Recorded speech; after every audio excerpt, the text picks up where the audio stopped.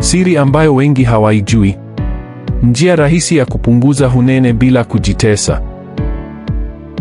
Je, unasumbuliwa na unene au uzito wa kupita kiasi na umejaribu kufanya jitihada kadhaa bila ya matokeo yoyote? Kama vile kunywa maji ya uvuguvugu yenye limao au kuacha kula vyakula vya mafuta, kufanya mazoezi na vinginevyo. Wengi hudhani kuwa mazoezi na diet pekee ndo vinavyoupunguza unene. Lakini ukweli ni kwamba mazoezi na diet vinakusaidia kwa asilimia chache sana.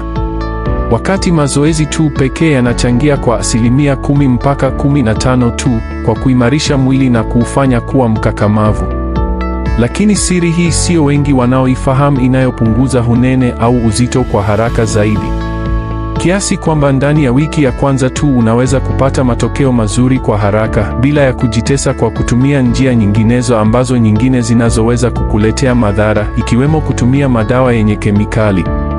Lakini niko na habari nzuri kwa ajili yako, endelea kutufuatilia ili uendelee kufaidika zaidi. Au wasiliana nasi moja kwa moja kwa WhatsApp au jiunge kwenye group letu la WhatsApp.